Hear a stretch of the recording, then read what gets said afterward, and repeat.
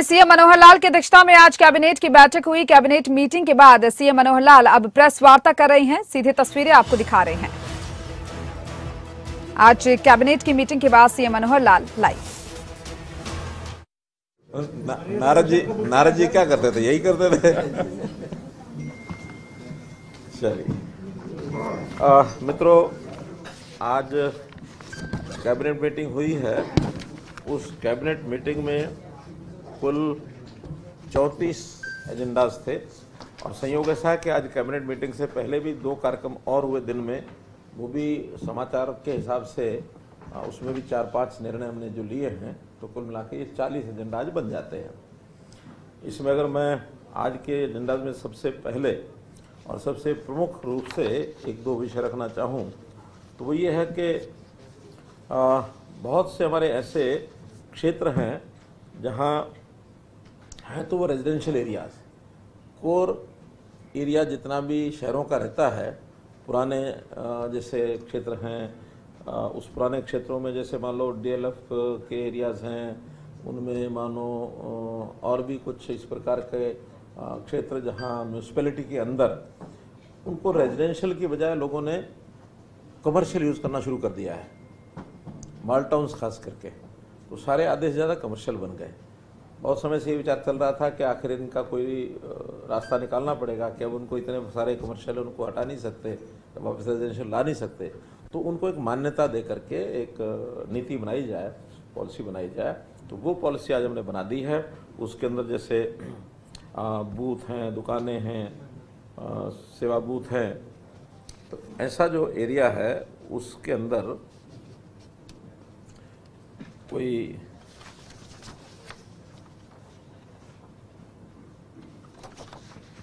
जैसे दुकानों में बेसमेंट बना ली और ऊपर, ये 2 अलग अलग हैं वास्तव में। एक तो है जो बेसमेंट और ग्राउंड फ्लोर को सेकंड फ्लोर बना लिया, फर्स्ट फ्लोर बना लिया, उनकी मान्यता देना, क्योंकि वहाँ हमारे है तो इलीगल कंस्ट्रक्शन थी, लेकिन मान्यता देनी है तो उसकी कोई पॉलिसी बनाई जाए।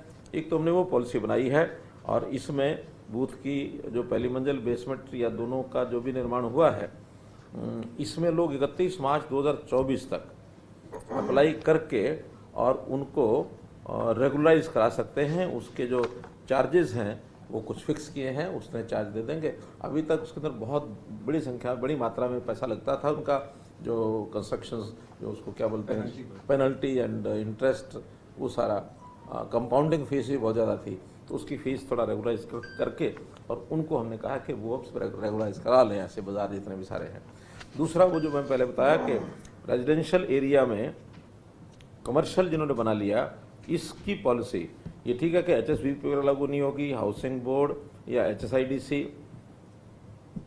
इस प्रकार के, जो टाउन कंट्री प्लानिंग लाइसेंस दिए हुए हैं जिनको, ऐसी प्लैंड जो कुछ कॉलोनी है उनको छोड़कर अनप्लैंड जो क्षेत्र था कोर एरिया, उसमें रेजिडेंशियल को कमर्शियल कर लिया।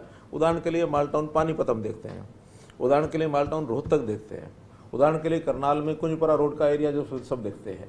तो ऐसे रेजिडेंशियल एरियाज में बड़े बड़े मॉल सब कुछ बन गए हैं। इन सबको रेगुलराइज करने की पॉलिसी हमने बनाई है और उसका भी तय किया है कि वो जो कॉलोनी है कम से कम 50 साल पहले बनी हुई हो।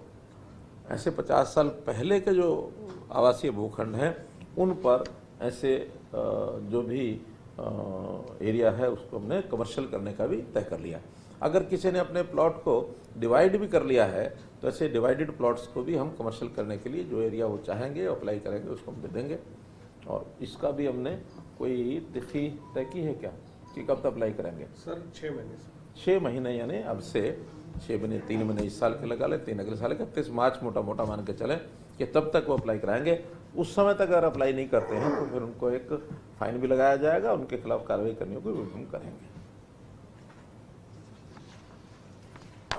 एक एजेंडा हमारा है जो रजिस्ट्रियाँ होती थी अभी तक तहसील और उप तहसील में होती थी, हमने एक एडमिनिस्ट्रेटिव ऑर्डर से उसको SDM ऑफिस में करनी शुरू भी कर दी हैं, लेकिन आज उसका विधिवत कैबिनेट से पोस्ट फैक्टो एजेंडा हमने पास कर लिया कि हर एक सब डिवीज़न को एक उप जिला, क्योंकि किसी भी रजिस्ट्री की जो तहसील होती है उसको उप जिला इस नाम से दर्ज देना, सब रजिस्ट्रार जिसको कहते हैं, उसको नाम देना जरूरी होता है। तो हमने सब डिवीज़न को भी एक सब रजिस्ट्रार ऑफिस यानी उप जिला इसका दर्जा देने का आज पास कर दिया है, ताकि वो रेगुलराइज हो जाए। अब रजिस्ट्री कोई भी कहीं भी जाकर के करा सकते हैं। टोकन लेंगे तो उस टोकन को एट रैंडम कंप्यूटर, चाहे वो सब डिवीजन ऑफिस में दे दे यानी एसडीएम को दे दे, चाहे तहसीलदार, चाहे नायब तहसीलदार, कहीं भी निकलेगा तो जाकर रजिस्ट्री करा सकते हैं। अगर उस ऑफिस में व्यक्ति नहीं है, उस कारण से छुट्टी पर है या किसी कारण से पोस्ट खाली है, कुछ भी है, तो फिर जो उसका दूसरा साथ में ऑफिस है जो एंटाइटल पहले से है रजिस्ट्री करने के लिए, तहसील अथवा उप तहसील, वो वहाँ जा करके भी उसके ऊपर से करा सकते हैं।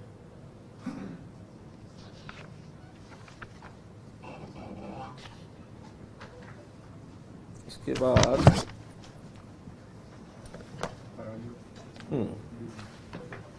आइए, पराली तो इनको क्या करना है, इनको जिस चीज़ की जरूरत है वो तो बताई जाए। विषय पहले वो जो आपके अंदर की खबर जो आपने निकाली हुई है कि जो पेंशन हमने पहले 20 वर्ष का जो पत्रकार है और 60 वर्ष की आयु के बाद उनको पेंशन का जो 10,000 रुपये की जो हमारा प्रावधान है, और हरियाणा निवासी अथवा हरियाणा के बारे में जो लिखते हैं उन सब के लिए 10,000 की पेंशन थी। हालांकि किसी एक मंच पर तो मैंने 11,000 की भी घोषणा की है, लेकिन 11 नहीं, हाँ 11 नहीं, उसको आज 15,000 रुपये कर रहे हैं, इसलिए वो पेंशन 10,000 से 15,000 की जाती है। और बस अंदर की खबर तो यही थी। डिजिटल मीडिया वाली भी फिर ये पराली का जो विषय में बता रहा था कि पराली XC2 पराली की एक पॉलिसी हमने बनाई है, जिसमें जितने भी पराली को खरीदने वाले जो एंटरप्रेन्योर्स हैं उसके लिए एक पॉलिसी बनाई गई है, और उनको उसमें प्रोत्साहित करने के लिए कुछ हमने सहायता उनको दी है, कुछ उनको वो भी देते हैं इंस्ट्रूमेंट्स जो भी हैं उसके इम्प्लीमेंट्स, और हमने अपने यहाँ जो हमारे थर्मल पावर प्लांट हैं उसमें भी ब्रिकेट्स को यूज़ किया जाए, उसकी भी एक पॉलिसी इसके अंदर आई है।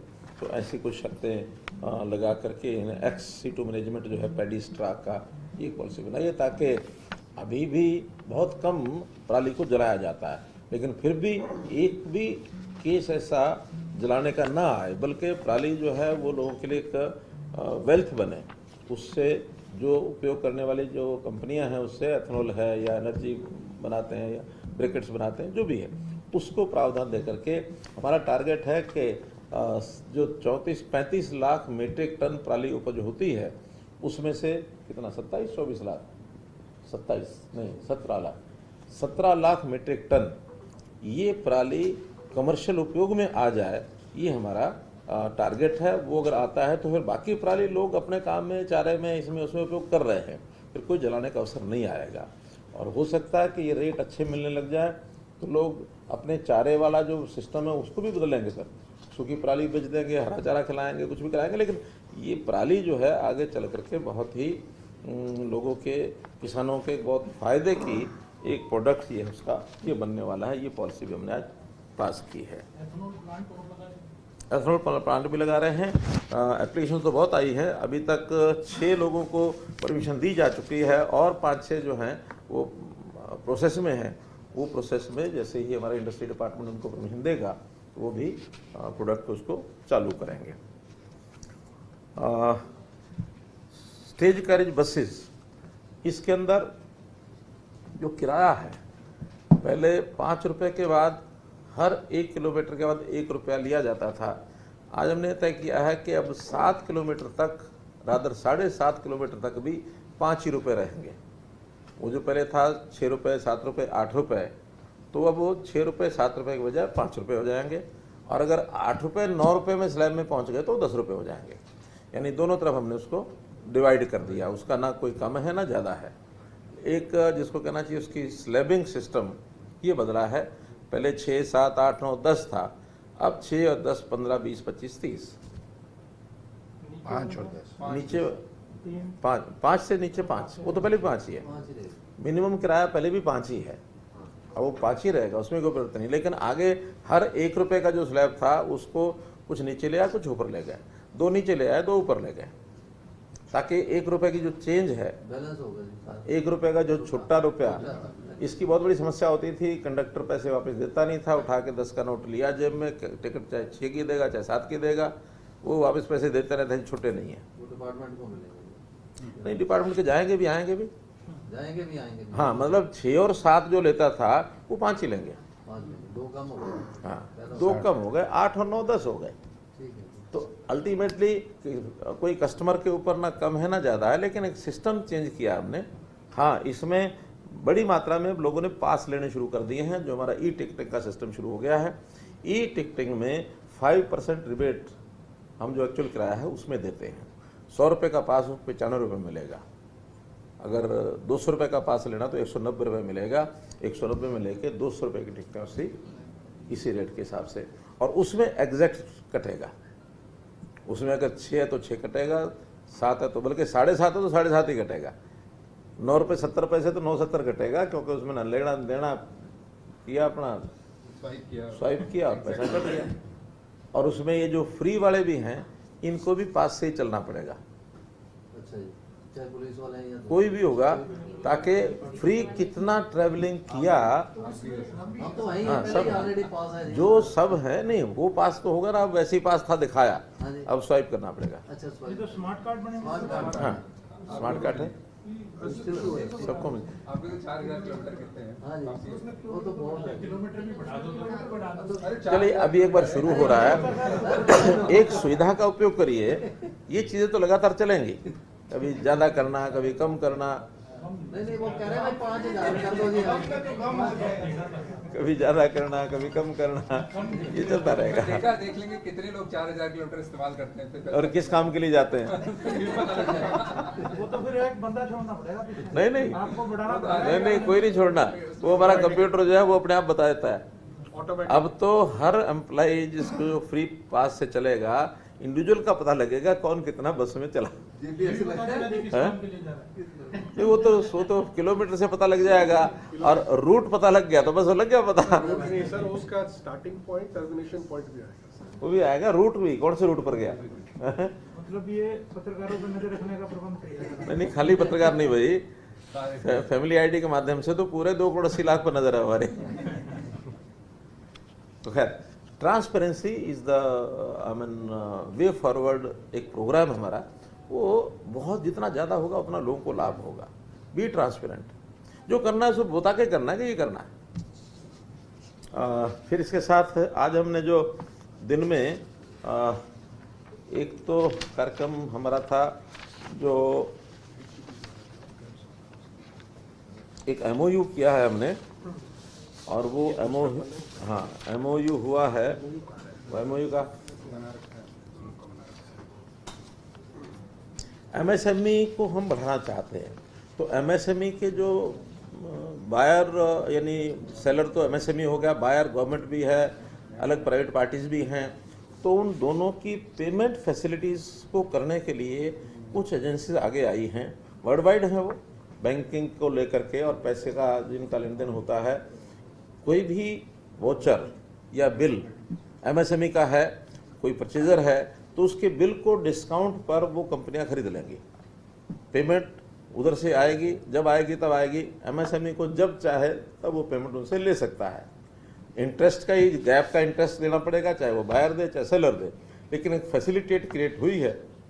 तो आज हरियाणा सरकार का और उन 3 कंपनियों के बीच में एक MOU हुआ है, और वो MOU 1 नवंबर से लागू होगा। उस समय के बाद पेमेंट देने का काम वो कंपनियां MSME को करेंगी, सेलर को कोई मतलब नहीं। सेलर उनको दे देगा एक प्रकार के, वो बीच में बैंक या जैसे एक्सचेंज है, एक्सचेंज के रूप में वो काम करेंगे। तो एक ही MOU हुआ। इससे मुझे लगता है MSME को बहुत प्रोत्साहन मिलेगा, क्योंकि MSME के पास कई बार पैसे नहीं होते हैं। अपने प्रोडक्ट को बेचते हैं तो जो बायर है वो अपने तरीके से महीने में, 2 महीने में, 6 महीने पेमेंट करता है। अब ये जब चाहे तब पैसा लेकर के अपने काम को बढ़ाएंगे। हमारा MSME का जो शेयर है वो देश भर के अंदर हमारी पॉपुलेशन से ज़्यादा है। पॉपुलेशन इज़ 1.4% हरियाणा की, और हमारा जो MSME का शेयर है 1.5% है, और हमारी जो जॉब्स है 1.58% है। पूरे देश भर के जो जॉब्स MSME में हैं उसका हमारा शेयर है 1.58। हम और कोशिश कर रहे हैं इसको आगे बढ़ाने के लिए, क्योंकि MSME हमारा एक रीढ़ की हड्डी ये हमारी उस नाते से है बनी। इसी प्रकार आज हमारा जो HEPB बोर्ड है, हरियाणा उद्यम प्रोत्साहन बोर्ड, 6 केसेस उसमें थे, रादर 2 केसेस हमने डेफर किए हैं, वो अगली मीटिंग में आएंगे, लेकिन 4 केसेस जो हैं उनको हमने आज 1041 करोड़ रुपए की परियोजनाएं उनको स्वीकृति दी है। वो हाँ, एक HSIDC मिला के 7, एक HSIDC का, तो 7 में से 2 डेफर किए हैं। 5 प्रोजेक्ट्स को हमने अनुमति दे दी है अपनी स्वीकृति। 119 करोड़ रुपए ऐसी सब कंपनियों को विशेष सब्सिडी के नाते हमने मंजूर किया है, क्योंकि ये सब केसेस नए आते हैं, उनकी इन्वेस्टमेंट, उनका कितनी एम्प्लॉयमेंट होगी और कितना GST कंट्रीब्यूट करेंगे, ऐसे सब मिलाकर के कुछ शर्तों के आधार पर उनको सब्सिडी देते हैं।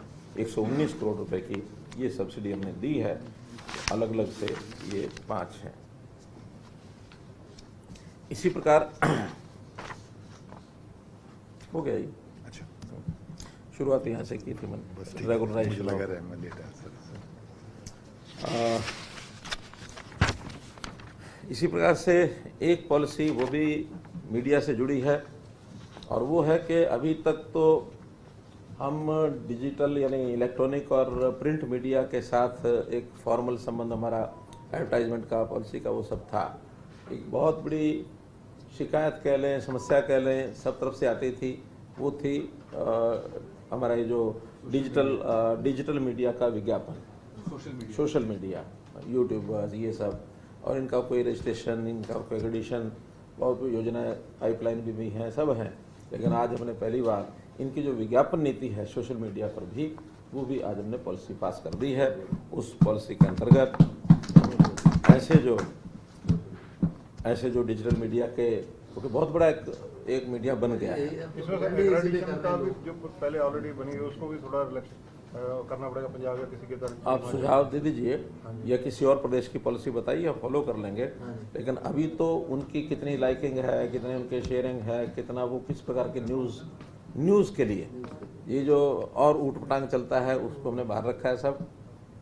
लेकिन न्यूज़ वैल्यू जिसकी ज़्यादा है और जिनका एक पॉजिटिव, जिसको कहना चाहिए, एक मैसेज जनता में जाता है, ऐसी सब चीज़ों को ध्यान में रखते हुए उनको कुछ पैरामीटर्स बनाए हैं। उन पैरामीटर्स के आधार पर वो हम प्रचारित करेंगे। तो जो लोग उसमें शामिल होना चाहेंगे, जो अपने आप को रजिस्टर कराएंगे, उनको फिर कार्ड भी दे देंगे। और कार्ड के हिसाब से फिर ये जो है कहीं भी 20, 30, 50 लोग तो चलो जेन्युइन हो गए इलेक्ट्रॉनिक और प्रिंट मीडिया के, और फिर वहाँ 150 लोग वो अपना कैमरा लेके, जो कैमरा क्या, मोबाइल लेके, कैमरा भी हो तो कोई बात नहीं। तो वो जो सारा विषय था उसमें हम भी बहुत ज़्यादा ना पिक एंड चूज कर सकते, ना कुछ और कर सकते। आप लोग उस समय तो शायद कुछ नहीं कहते, लेकिन बाहर जाकर के कान में आप फूंक मारते, जी ये संभालो ना जी, क्या कर रहे हैं। तो ये समस्या सबकी, आपकी भी है, हमारी भी है। हाँ, जेन्युइन लोग, अच्छे लोग मीडिया में आने चाहिए, चाहे वो सोशल मीडिया हो, चाहे इलेक्ट्रॉनिक हो, और चाहे वो प्रिंट हो, क्योंकि मीडिया का अपना एक महत्व है और उसमें अच्छे लोगों को प्रोत्साहन दिया जाए, उनको विज्ञापन के माध्यम से। अभी तो वो भी विज्ञापन नहीं मिलता है, तो फिर हर तरह के काम करने के लिए उनकी इच्छा भी रहती है। अगर विज्ञापन का पैसा मिलेगा तो शायद वो भी अपने सिस्टम को सुधारने में थोड़ा सा आगे आएंगे। हाँ, तो ये भी एक पॉलिसी आज हमने कार्ड का थोड़ा सा असर सिर्फ एक करते बंद हो जाएंगे जो ऊट-पटांग आपने कहा, बंद हो जाएंगे। नहीं, बंद करें ना करें उनका काम है। हम तो जो अच्छा काम कर रहे हैं उनको प्रोत्साहन देंगे, हमारा इतना ही काम है। बाकी तो कंपटीशन है, उस कंपटीशन में कौन क्या करेगा, कितना करेगा। नहीं, रोक का तो नहीं है, हम तो प्रोत्साहन देंगे अच्छे लोगों को। जो अच्छे लोग होंगे फिर बंद जिसने होना होगा अपने आप हो जाएगा। अभी भी आप इसको अदरवाइज मत लेना। जब चुनाव आते हैं तो हमारे चैनल की संख्या डबल हो जाती है, चुनाव खत्म हो जाते हैं तो चैनल की संख्या वहीं आ जाती है। एक हाउस 4 चैनल भी चलाता है, 5 भी चलाता है, हम रोकते थोड़े किसी को। उस समय सबको लगता है कि हाँ चला लो, और अच्छे लोगों को रोजगार भी मिलता है, व्यूअरशिप लोगों को अच्छी मिलती है, व्यूअर देखने वाले भी ज़्यादा हो जाते हैं, क्योंकि चुनाव की खबरों की इच्छा सबकी होती है। चुनाव खत्म होते हैं, सब अपने टीवी को बंद रखते हैं, फिर तो छवि को मनोरंजन लगा लो, कोई ये देख लो, वो देख लो। चुनाव की खबरें जो होती है वो किसी मनोरंजन से कम नहीं होती हैं, तो इसलिए उस समय बाढ़ आती है। फिर जब वो बंद होता है तो शिफ्ट कर जाते हैं। इसलिए ये एक मीडिया आप लोग मेरे से ज़्यादा जानते हैं, ये दुनिया अलग है। तो सर सब्सक्राइबर फॉलोअर्स का भी कोई फॉर्मूला जी ये रखा है, वो भी रखा है। 5 कैटेगरी। सभी आपको एक प्रेस नोट के माध्यम से एक उसका इन्फॉर्मेशन मिल जाएगी, डिटेल आपको मिलेगी। लेकिन आज इतनी सारी डिटेल होने के बाद नए नए इश्यूज थे, तभी हमारी मीटिंग भी लगभग 3.5 घंटे 3 बजे शुरू की थी, 3.25 घंटे मीटिंग। इसलिए मैं कह रहा हूँ आपको बहुत वेट करनी पड़ी आज। अब ये पता नहीं हमारी खबरों को इतना लेट आप कैसे भेजोगे, ले जाओगे चलिए। अच्छा सर, ये बताएं जो आपने एमएसएमई की बात करी है, ये प्राइवेट सेक्टर में क्रेडिट का तो अभी भी चल रहा है। ये जो आपने 6 कंपनियों की एमओयू की बात की है, अभी 3 की किया, चौथी एक आनी है, 4 हो ये जो जाएगी। 3 कंपनियों की करी है, इसमें मतलब गवर्नमेंट का क्या भूमिका रहेगी, क्या गारंटी होगी, क्या गवर्नमेंट होगा? की कोई गारंटी नहीं होगी। हमने तो आज इसलिए किया कि हम जो एमएसएमई में से जो एमएसएमई से जो मटेरियल खरीदेंगे वो भी इन्हीं के माध्यम से खरीदेंगे, ताकि उनको पैसा टाइमली मिल जाए। वो जो कंपनियों से एमओयू किया है, हाँ, अभी हमने तो ना किया। आपस में सेलर बायर का वो एग्रीमेंट उनका अपना अपना होगा। हाँ, उसकी कुछ उन्होंने शर्तें बनाई हैं, कुछ उनके टर्म्स कंडीशंस बनाए हैं, वो हमारे में भी लगाए गए हैं। आखिर उसका इंटरेस्ट कौन देगा, उसमें ऑप्शन जो है सेलर की पहले ऑप्शन रहेगी भी सेलर उसका इंटरेस्ट खुद देना चाहता है क्या, या वो बायर की तरफ करना चाहता है। फिर उसी हिसाब से बायर से उसका एग्रीमेंट होगा कि मैं 1 महीने बाद पेमेंट ले लूँगा, तो उस हिसाब से उसको महंगा बिकेगा। कोई तुरंत पेमेंट लेना चाहता है उसका कम बिकेगा। तो ये ऑनलाइन प्लेटफॉर्म के ऊपर सबके जो चीज़ें होंगी, अब बाकी तो सारा जब सामने आएगा उसके प्लस माइनस क्या होंगे वो ज़रा बाद में पता लगेंगे। लेकिन हमें लगा है कि पेट्रोल पंप एक अच्छा ये प्रोजेक्ट है, और इस प्रोजेक्ट के कारण से एमएसएमई को लाभ जरूर होगा। कंपनियां जो क्रेडिट कंपनी आ रही कौन सी हैं? एमओयू हुआ है, क्या क्या प्रोफाइल है उनका प्रेस तो, नोट में बता देंगे। हाँ, वो डिटेल्स कुछ प्रेस बैंकों नोट में के दे देंगे। कंसोर्टियम वो सब RBI approved company, RBI approved है। कोई पिक एंड चूज नहीं है उसमें। कैबिनेट से ज्यादा और चर्चा चल रही है सर हरियाणा के पूर्व मुख्यमंत्री पहले एक पार्टी के डिप्टी सीएम बना, जिसमें 4 समाज अलग अलग के डिप्टी सीएम बनाने की बात करें सर, आप क्या प्रतिक्रिया है? अभी कंप्लीट कर लेते हैं एक बार।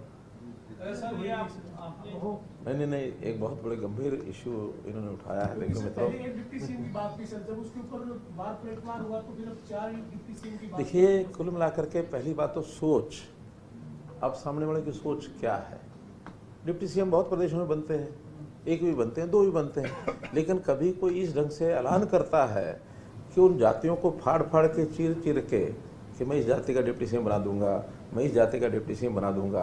इसका मतलब है कि आपने जातियों को राजनीति में इस ढंग से धकेल दिया कि राजनीतिक यानी डेमोक्रेटिक सिस्टम को तो आपने तार-तार कर दिया।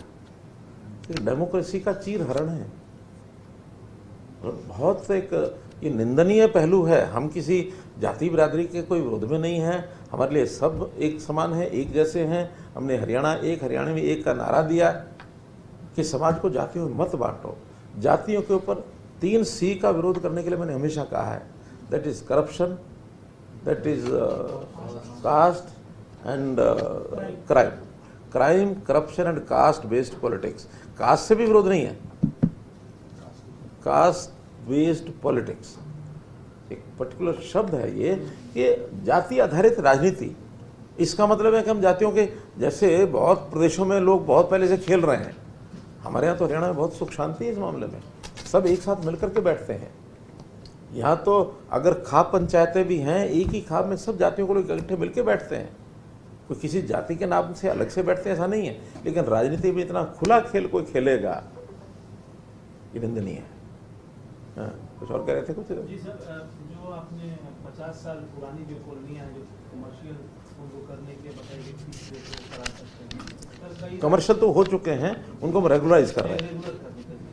तो जैसे रेसिडेंशियल कॉलोनियां हैं, कई राज्यों में ऐसे हैं जो सड़कों पे अगर जो कमर्शियल इलाके हैं, मेन सड़क से ए रोड या बी रोड, वहाँ 70 से 100 फुट तक जो है वो कमर्शियल एक वो दे देते हैं मान्यता, और उसका जो रेवेन्यू लेते हैं सरकार लेती है, चाहे वो रजिस्ट्री के टाइम में भी या ऐसी भी कोई सोच है आपकी कि आगे इस तरह करें? देखिए, एक होती है प्लानिंग पार्ट तो पहले भी चाहे एचएसवीपी का सेक्टर होता है उसमें भी कि हाँ इतने % कमर्शियल होगा, इतने % रेजिडेंशियल होगा, ये सब प्लानिंग पार्ट होता है। लेकिन एक है अनप्लान्ड तरीके से कुछ लोगों ने बना लिया और बहुत पुराना बना हुआ है, वहाँ प्लानिंग से पहले भी बसा हुआ नहीं एरिया, पहले ही हमने उसको कोर एरिया कहा है। तो ऐसे भी बाज़ार हमारे यहाँ बहुत बड़ी संख्या में हैं और बड़े बड़े उनके बिजनेस के सिस्टम बने हुए हैं। ऐसा अभी तो उनको रेगुलराइज किया है। उस रेगुलराइज में भी अगर कहीं पैरामीटर जो तय किए हैं उस पैरामीटर्स पर वो एरिया तय नहीं उतरता तो शायद उसको रोकना भी पड़ेगा। जैसे हम कॉलोनीज को रेगुलाइज कर रहे हैं, कॉलोनीज को रेगुलाइज करने के बाद हमने पहले कहा कि भी एंट्री उसकी 6 मीटर की होनी चाहिए। 6 मीटर से अगर कम एंट्रेंस है उस कॉलोनी के तो अप्रूव नहीं करेंगे। ऐसे इंटरनल रोड्स 3 मीटर जरूर होनी चाहिए, 3 मीटर से नीचे तो उसको नहीं कर रहे हैं। तो ऐसे कुछ पैरामीटर्स यहाँ भी लागू करेंगे कि जनता को उसके परेशानी ना हो। लेकिन जनता को परेशानी नहीं है, लोग अगर एडजस्ट कर गए हैं और वो कॉलोनियाँ ऐसी बन गई हैं तो फिर उनको रेगुलाइज करना, हाँ उसमें कमर्शियल का जो बाकी सिस्टम है उसको हम लागू करेंगे। एक विषय और थोड़ा रह गया है, उसको पूरा कर लेते हैं, फिर आएंगे क्वेश्चन आंसर पर। एक जो अभी बाढ़ आई थी तो उस बाढ़ के समय क्षति बहुत हुई, खास करके अदर देन एग्रीकल्चर। तो एग्रीकल्चर का एक पोर्टल हमने बनाया क्षतिपूर्ति का किसानों के लिए। एक हमने एग्रीकल्चर के अलावा मानो किसी का पशुधन है, डेथ हो गई, किसी का मकान गिर गया, किसी का इंडस्ट्री एरिया है तो उसमें कोई नुकसान हो गया, किसी का बाजार में दुकान है उसका नुकसान हो गया, घर गिर गया है तो या घर में कोई रिपेयर वगैरह के लिए वो कोई उसमें दरार आ गई, तो ऐसे सब विषयों पर एक क्षतिपूर्ति का सिस्टम हमने बनाया था। तो आज उस आपके सामने एग्रीकल्चर को छोड़ करके बाकी जो हमारी असेसमेंट हुई है उस असेसमेंट के हिसाब से कुछ जो राशि है वो हम उसको पोर्टल के ऊपर सबको जो प्रेषित करेंगे। आपको जानकारी है कि पहले जैसे 47 लोगों की तो इस बाढ़ में मृत्यु हुई थी और उसमें सबको 4-4 लाख रुपए हमने जैसे ही ये जानकारी पूरी इकट्ठी हुई थी, क्योंकि उसमें बहुत ज़्यादा उसकी जांच करने में, वेरीफाई करने में टाइम नहीं लगता है। डेथ है तो डेथ पता लग ही जाता है डेथ, लेकिन बाकी चीज़ों में वेरीफाई करने के लिए समय लगा था। किसानों ने भी अपनी ज़मीन जो है वो पोर्टल पर डाली है, लेकिन जब तक उसकी बिक्री नहीं हो जाती मार्केट में, मंडी में, तब तक उसका वेरिफिकेशन पूरा होता नहीं है। इसलिए बहुत फील्ड का क्षेत्र मामला है बाहर का, वो प्रोसेस चल रहा है। लेकिन इसके अलावा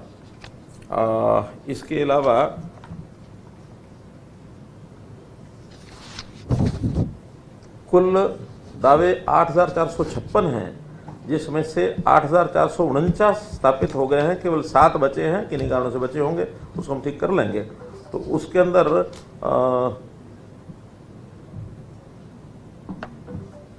लेकिन हमारी सत्यापन के बाद पात्र लाभार्थी ये कम क्यों है, इसका क्या है? बाकी क्लेम एस्टेब्लिश नहीं हुए सर, वेरिफिकेशन। अच्छा, मतलब उन्होंने क्लेम किया है लेकिन वो वेरीफाई नहीं है, ठीक नहीं है। लोग कई बार वैसे भी कर देते हैं कि मेरा ये नुकसान हो गया, लेकिन वहाँ फील्ड में जाने के बाद पता लगता है कि तो नुकसान नहीं है। बहुत लोगों का एक स्वभाव बन जाता भी चलो भर दो शायद काम हो जाए।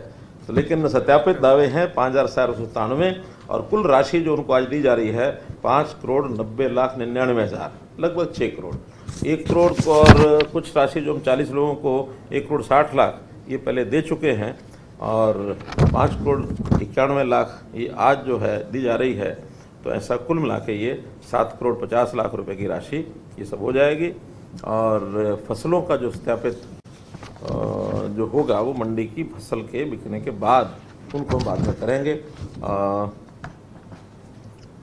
कपास की खेती में भी एक गुलाबी सुंडी का प्रकोप ये बाद में ध्यान में आया है और इसका भी चल रहा है, सर्वेक्षण चल रहा है। और 1 अक्टूबर को और हमने इसकी जो क्षतिपूर्ति का पोर्टल, लोगों ने कहा कि इसको दोबारा से खोलिए क्योंकि नुकसान जो पहले भर नहीं सके, तो उसको खोल दिया है और 30 नवंबर तक ये पोर्टल खुला रहेगा। और इस बार गुलाबी सुंडी के क्योंकि कई वर्षों से नुकसान हो रहा है, तो हमारी यूनिवर्सिटी, हरियाणा एग्रीकल्चर यूनिवर्सिटी ने एक टीम बना करके इसके ऊपर शोधन भी किया है। उस शोधन में ध्यान में आया कि जो सुंडी एक बार लगती है वही बाद में अगर सावधानी न बरते किसान तो अगले वर्ष भी वही लगती है। इसलिए उन चीज़ों को पहचान कर ली गई है। हम जैसे ये कटाई हो जाएगी इस बार, तो कटाई के बाद वो जो सारे चीज़ें ध्यान में आई है, खास करके उसका जो अवशेष बचता है कपास का, जिसको बालन जैसे के रूप में बनछटी जिसको कहते हैं, तो वो जो चीज़ें हैं उसके अंदर दोबारा से खेत में जाकर के मिट्टी में वो फिर मिलता है। तो ऐसे कुछ हरियाणा एग्रीकल्चर यूनिवर्सिटी के जो साइंसदान हैं उन्होंने चीज़ें सुझाई हैं कि ये इस प्रकार की दवाई मिट्टी में डालने से और जो बनछटी है वो जल्दी से जल्दी उसको समाप्त करें, वो कोई अवशेष के रूप में न बच पाए अगले साल की फसल के बोने तक। तो इसका एक मैकेनिज्म बना रहे हैं, उसको भी जो है जल्दी से ठीक किया जाएगा। तो इस तैयार है।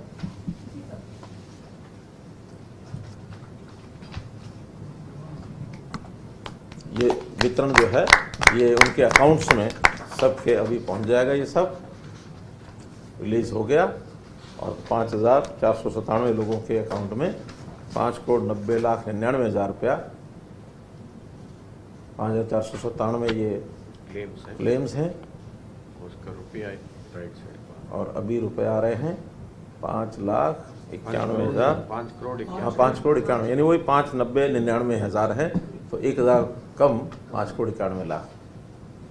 तो ये राशि जो है ये इनको हमने रिलीज कर दी है, उनके अकाउंट में चली गई है। इसमें फसल का नहीं है जैसे सीएम हाँ, फसल का नहीं है, ये सिर्फ पशुधन का, घर का और वाणिज्यिक प्रॉपर्टी। बर्तनों का।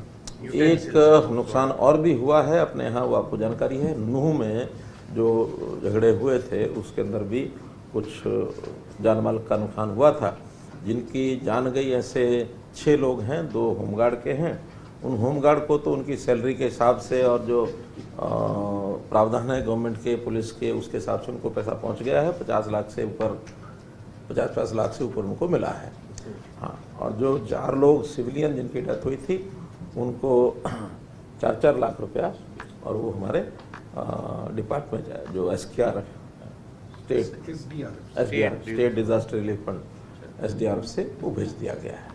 और जहाँ तक उनके बाकी नुकसान की बात है, उनकी किसी की दुकान है, किसी की फैक्ट्री है, किसी का मकान है, किसी की गाड़ी है, वो असेसमेंट हो रही है।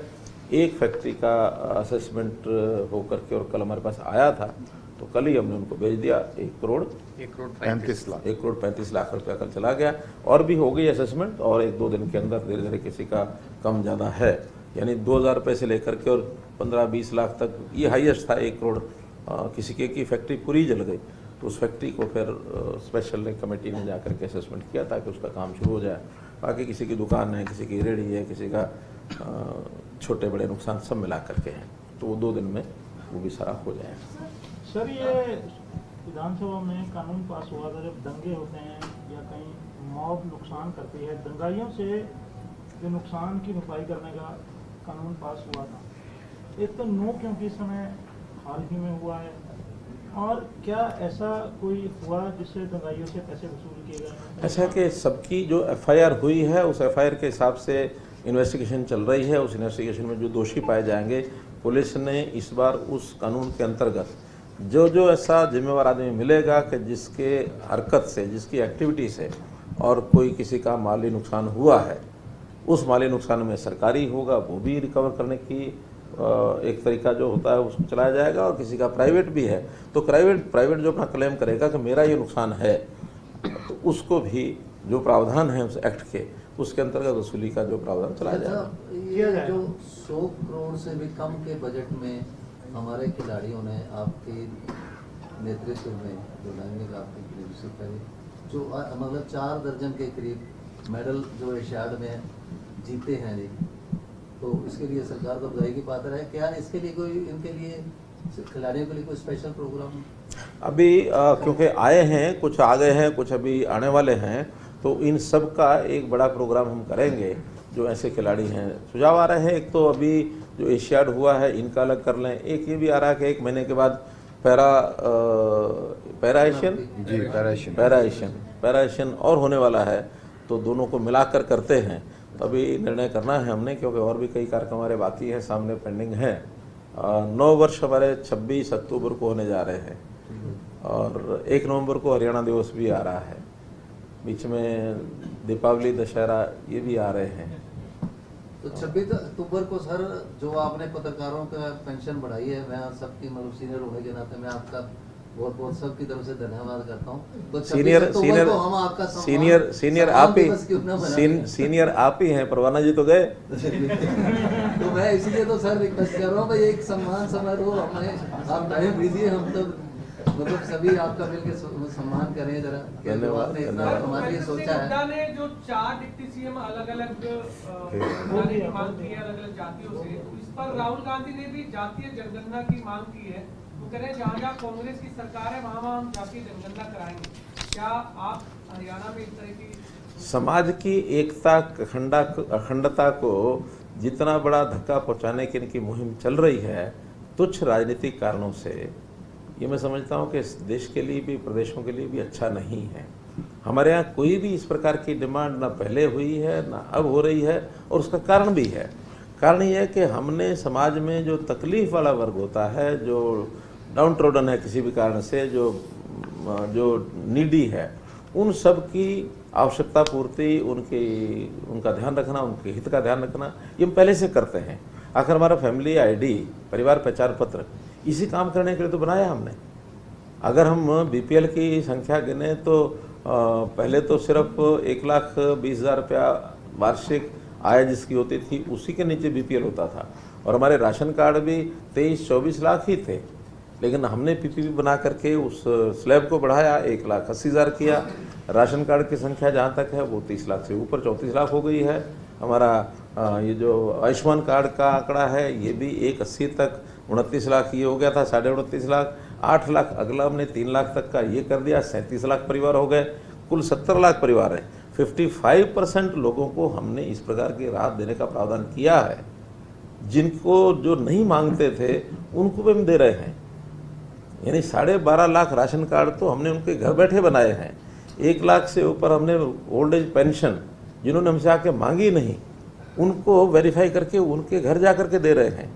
तो ये जो सारा कुछ सुविधाएं हम देते हैं, इसमें हमारे यहाँ कोई परिवार ऐसा नहीं है कि जिसकी कोई आवश्यकता पूर्ति नहीं होती हो। और हम तो अगर मान लो ये नौकरियों का जो किया है ट्रांसपेरेंट तरीका, सबसे ज़्यादा उन गरीब परिवारों के लोग लगे हैं।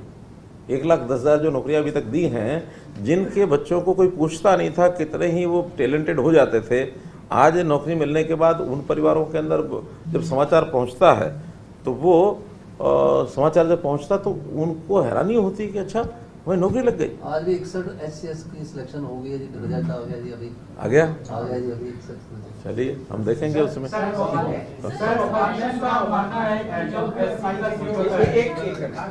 एक सवाल है कि WFI के जो पूर्व अध्यक्ष थे उन्होंने एक बयान दिया, उन्होंने कहा कि जिन खिलाड़ियों ने प्रदर्शन किया उनका इस बार के रिजल्ट कुछ नहीं आया क्योंकि वो दरअसल जो ट्रायल था वो फेस करना नहीं चाहते। यही नतीजा हुआ कि ट्रायल फेस न करने के कारण उनका मेडल नहीं आया। उनको पुनः विचार करना चाहिए कि धरना प्रदर्शन से मेडल नहीं आता, बल्कि खेल में खेल की भावना से ट्रायल देने में आता है। आपका क्या रिएक्शन है? अब बात नहीं कि सबकी अपनी राय है, राय तो मुझे कुछ अच्छी ही लगती है, हमारी तो नहीं लगती है। लेकिन अब कोई निर्णय हुआ, किसी ने किया, निर्णय करने वाले हम तो थे नहीं। अब जिसने कोई निर्णय कर लिया, उसके रिजल्ट आ गए, सबके सामने आ गए, तो जैसे कहते हैं दूध का दूध पानी का पानी, आज कुछ कर नहीं सकते। आज आगे इन चीज़ों से लेसन लेकर के ठीक करना ही चाहिए। सर ये जैसे सरकार के 9 साल पूरे हो रहे हैं, कुछ खास आयोजन रहेंगे इस दौरान? देखिए बड़ी घोषणा प्रदेश के देखिए प्रदेश के हित में जब भी जो बात ध्यान में आई, 9 साल के इंतजार हम करते नहीं हैं। हमको अगर कोई रात को बात ध्यान में आ जाए, सुबह सुबह ध्यान में आ जाए, या लोगों से बातचीत करते हुए शनिवार को 5 से 6 के बीच में ध्यान में आ जाए, हम उसी समय अपने अधिकारियों को, राजेश जी को, उमा जी को फ़ोन करते हैं, टीवीएसएन को फ़ोन करते हैं, भाई ये योजना फटाफट बढ़ा करके दे दो आज। पिछले 3 महीने में मेरे ख्याल 2-3 बातें तो ऐसी जब ध्यान आई तब कर दी। तुरंत दान में विश्वास। एक दिन मैं बात कर रहा था बच्चों को स्कॉलरशिप किसको कितना मिलता है, तो एक बच्चे ने कहा जी मुझे 7,000 रुपया साल का मिलता है। उसी क्लास का बच्चा उसने कहा जी मुझे 10,000 रुपया मिलता है, 9 या 10। हाँ, तो मैंने पूछा आपको कहाँ से मिलता है, आपको कहाँ से मिलता है? तो एक ने कहा मुझे जो बिल्डिंग कंस्ट्रक्शन वर्कर्स की जो हमारा बोर्ड है उस बोर्ड से मिलता है 10,000 रुपया। दूसरे जो पूछा उसने कहा जी लेबर वेलफेयर बोर्ड से मिलता है 7,000 रुपया। मैंने कहा एक ही प्रदेश, दोनों मजदूर, दोनों के बच्चों को 7,000 को 10,000। उसी समय घोषणा की कि भी दोनों को 10,000 मिलेगा, और पूरे प्रदेश में उनको लेबर वेलफेयर बोर्ड को कहा कि भी आप भी कंपेयर करके योजनाएं बनाओ। ऐसी बात कर रहे थे हम राशन डिपो वालों से, तो राशन डिपो वालों से तरह तरह की बातें हुई, किसी ने कहा कि भ्रष्टाचार, खुद वो लोग बता रहे हैं हमारे यहाँ हमारे वर्ग में बदनाम है, कुछ लोग भ्रष्टाचार करते हैं, कुछ ठीक है, जो बदनाम है वो तो कोई किसी को कुछ कहता नहीं है, लेकिन जो अच्छा काम कर रहे हैं उनको लगता है कि हमारी तो थोड़ा सा बनता है कमीशन, इस कमीशन गुजारा कैसे होगा। मैंने कहा कितना कमीशन है कि जी 1.5 रुपया किलो। मैंने भी हिसाब लगाया कि भाई मानो अगर सारे महीने का इतना तो इनको तो 8-10 हज़ार रुपये से ज़्यादा मिलता नहीं है, तो 8-10 हज़ार रुपये में कहाँ इनका गुजारा होता है, कुछ ना कुछ गड़बड़ करेंगे ही। तो जैसे ही कार्यक्रम समाप्त हुआ मैंने कहा इनकी 2 रुपये कमीशन कर दो। उस समय किया था, नोबडी डिमांडेड। लेकिन जब हमें लगता है कि ये चीज़ इस समाज के साथ अन्याय हो रहा है, वो बेचारे जिनकी शादी नहीं होती थी उन्हें कभी इनको दे दो 2750,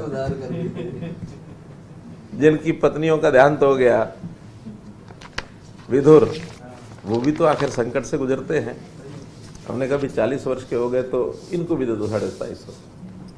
एक हमारे वो डिफॉर्मिटी के जो लोग बच्चे, क्या कौन सी डिजीज थी, रेयर डिजीज, रेयर डिजीज, भाई इनको भी आखिर इनका भी जीवन बड़ा असुरक्षित है। उनको 2750 महीने का दे दिया, साथ में उनको चिरायु कार्ड भी उनको दे दिया। हाँ, तो ये चीज़ें जब भी किसी वर्ग के लिए हमको ध्यान में आती हैं हम तुरंत करते हैं। तो 9 वर्ष पूरे होने के लिए सर कुछ बड़ा ही सोचा हो?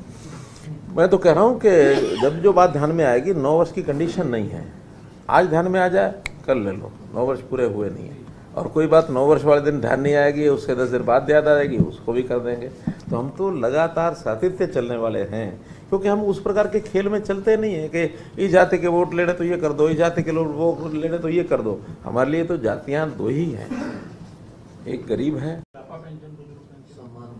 ये हो गया नोटिफिकेशन होने वाला इसका है? लेकिन इसको मिलेगा उसी डेट से जो मैंने अनाउंस किया था, इकट्ठा मिल जाएगा। नहीं 3000 के 2750 वो मैंने कहा है, कल ही कहा है, बहुत जल्दी। नहीं मैंने शब्द प्रयोग किया बहुत जल्दी।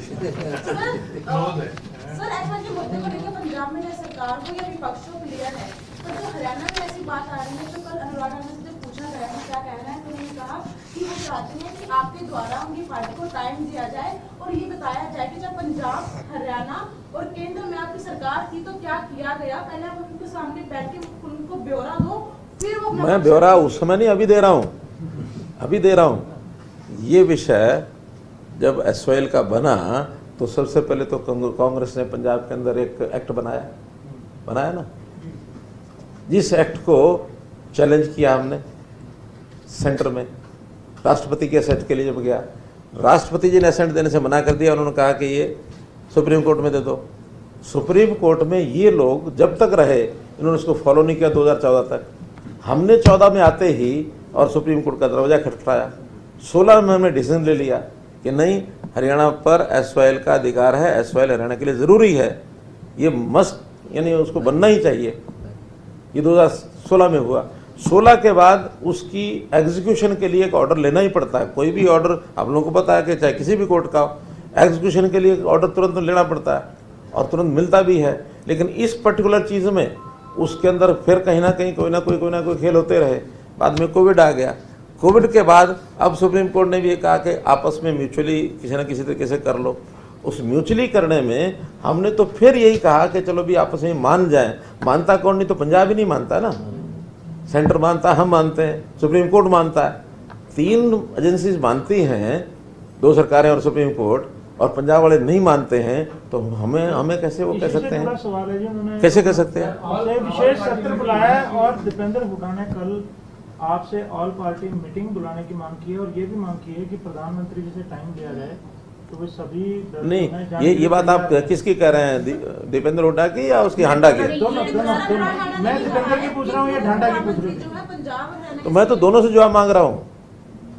मैं 4 से लेकर 14 तक का तो कांग्रेस से मांग रहा हूँ जवाब, और 14 के बाद हमने क्या किया हमने बता दिया है। इसके बाद आम आदमी पार्टी हांडा से मांग रहा हूँ कि पंजाब में वो बैठे हैं, एक बूंद नहीं देंगे, और पड़ोस में एक दीवार बीच में है और साथ में पंजाब के एक एमएलए के घर में बैठ करके वो कह रहे हैं हरियाणा का हक बनता है।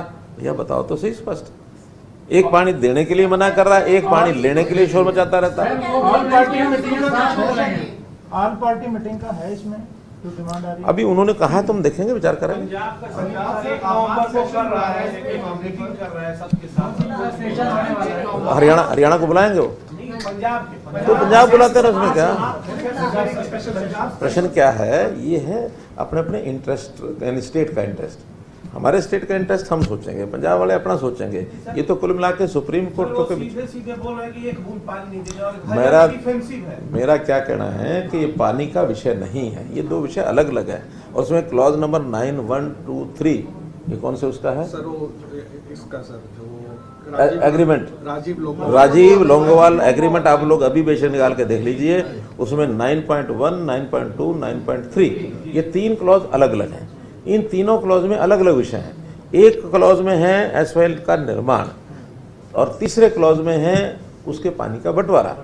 हम कहते हैं 9.1 को पूरा करो, उसका निर्माण करो, बंटवारे के लिए जो ट्रिब्यूनल बनेगा, जो कोई करना होगा उसको, अगर हमारी आपस में लड़ाई भी होगी तो कोई एक्सपर्ट बैठेंगे, अपने आप निर्णय करके देंगे। पंजाब बीजेपी के लोग भी तो यही स्टैंड रखते हैं। पंजाब बीजेपी के लोग भी बोल रहे हैं कि हम एसवाईएम बनने नहीं देंगे। मैंने बताया स्टेट यूनिट्स के हाथ में कुछ नहीं होता, अपने अपने स्टेट में सब लोगों ने एक दूसरे को मुंह दिखाना होता है, ठीक है। हमारा वो विषय नहीं है, वो पार्टियों का विषय है, सरकारों का विषय नहीं है। पार्टियां कौन क्या करती हैं वो अलग विषय। सर इसी मुद्दे पे, एसवाईएल के मुद्दे पे पंजाब के मुख्यमंत्री ने चंडीगढ़ के टैगोर थिएटर में खुली चर्चा करने के लिए न्योता भी दिया है। क्या किया? ये उन्होंने विज्ञापन जारी किया है। किसको न्योता दिया? ये सभी को दिया है। हरियाणा को? मैंने बताया उसको कोई अर्थ नहीं है।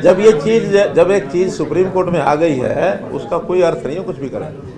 एक जानकारी और देता हूँ। एक ये जो आज का जो हमारा एजेंडा था, जिसके अंदर दुकानों का और बूथ का और जो कंस्ट्रक्शन लोगों ने अनऑथराइज कर रखी थी, उसमें एक विषय आज ही हमने जोड़ा है, वो मंडी टाउनशिप।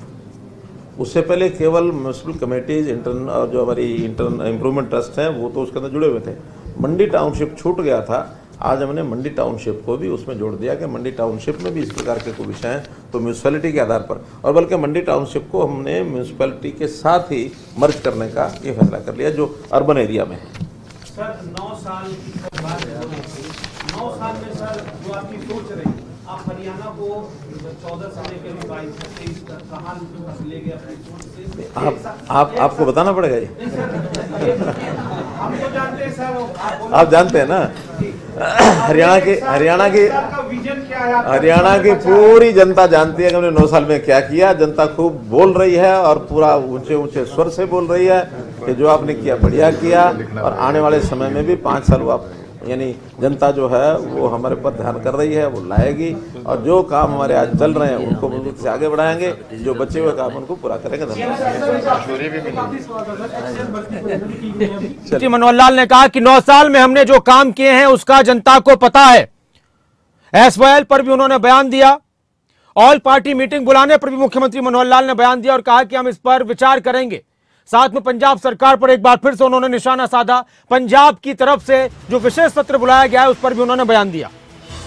लेकिन इसी के साथ मुख्यमंत्री मनोहर लाल ने एक बार फिर कहा कि आने वाली सरकार भी हमारी बनेगी और जो हम काम कर रहे हैं उनको आगे बढ़ाएंगे, जो बचे हुए काम है उनको पूरा करेंगे, फिर से बीजेपी की सरकार बनेगी। कई मुद्दों पर कैबिनेट की बैठक के बाद मुख्यमंत्री मनोहर लाल ने प्रेस कॉन्फ्रेंस के दौरान बातचीत की।